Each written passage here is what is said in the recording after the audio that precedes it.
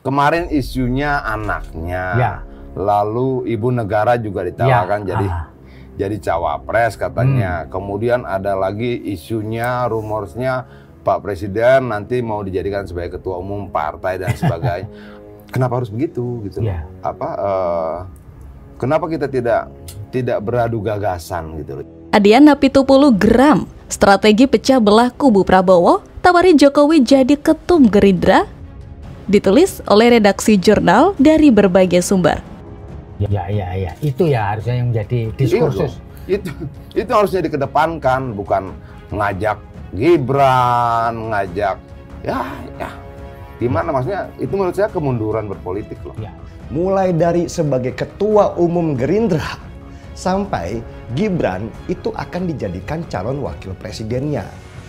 Bahkan khusus untuk melamar Gibran sebagai calon wakil presiden, Prabowo meminta ke Jokowi sebanyak 4 kali.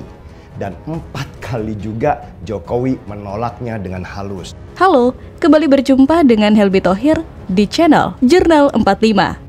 Politisi PDI Perjuangan Adian Apitupulu menceritakan Presiden Jokowi mendapat banyak tawaran agar mendukung Prabowo Subianto. Hal ini disampaikan Adian Apitupulu dalam wawancara eksklusif bersama Tribun News belum lama ini. Tawaran tersebut mulai dari isu Iriana akan menjadi cawapres Prabowo Subianto, Jokowi menjadi ketum Partai Gerindra hingga Gibran Rakabuming Raka dijadikan cawapres. Mantan aktivis 1998 ini menyebut cara tersebut tidak sehat. Ia berharap kompetisi Pilpres 2024 lebih mengedepankan adu gagasan. Apa yang dilakukan oleh Prabowo menurut Adian merupakan kemunduran berpolitik.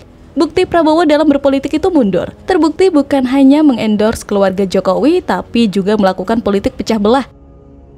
Pegiat media sosial, Denny Siregar, bahkan juga menilai bakal calon presiden dari Partai Gerindra Prabowo Subianto, atau yang sering disebut ayah ini telah berhasil memecah belah barisan pendukung Jokowi pada Pilpres 2024 mendatang.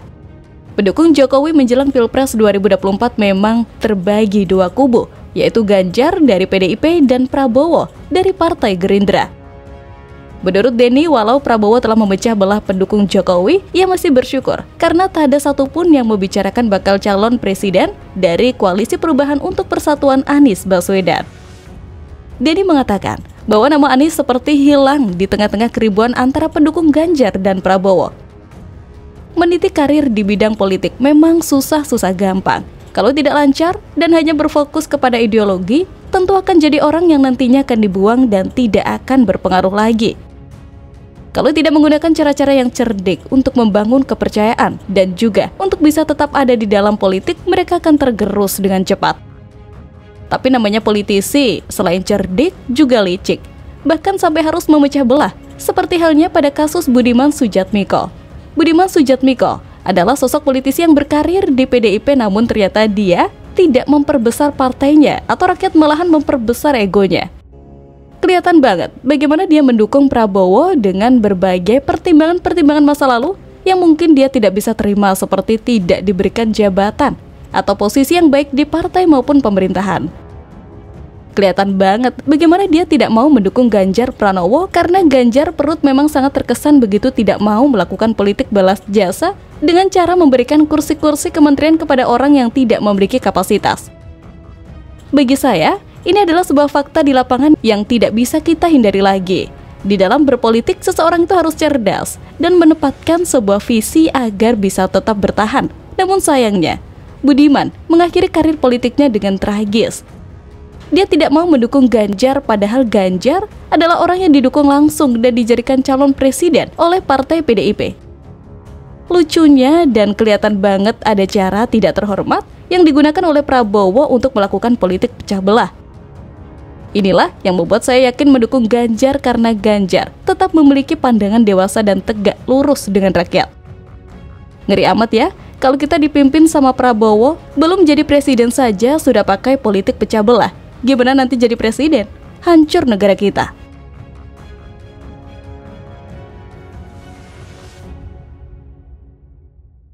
Nah, itulah Demokrat ngotot di Pilpres 2024 ini. Agus Yudhoyono harus jadi calon wakil presiden Anies Baswedan di Koalisi Perubahan.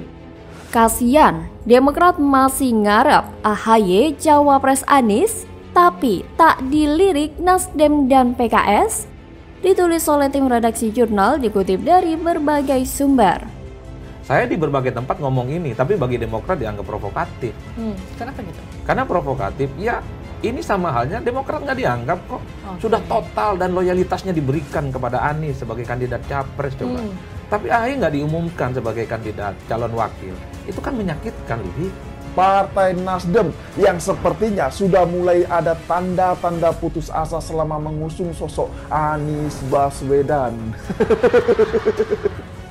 Halo, kembali berjumpa dengan suara Fani Bakri di channel Jurnal 45. Melihat sengitnya pembicaraan antara tiga partai yang telah mengusung Anies Baswedan, publik dipaksa menebak buah manggis. Namun yang tidak kalah menariknya, yakni kemungkinan koalisi ini akan masuk angin dan batal memajukan satupun pasangan capres-cawapres. Kita pahami bahwa Nasdem secara historis tidak pernah jauh dari kelompok pemerintah. Maka cukup dimengerti jika kali ini seakan-akan partai besutan Surya Paloh ini memiliki agenda tersembunyi di balik deklarasinya mencalonkan Anies Baswedan. Bisa jadi Nasdem sedang merajuk atau memasang daya tawar untuk koalisi pemerintah misalnya. Namanya merajuk, niscaya tidak berpikir normal dan jatuhnya membuat blunder. Anehnya, meskipun diduga Nasdem mengambil langkah blunder, Partai Demokrat dan PKS justru berebut jatah kursi cawapres. Memangnya Anies menjanjikan keberhasilan?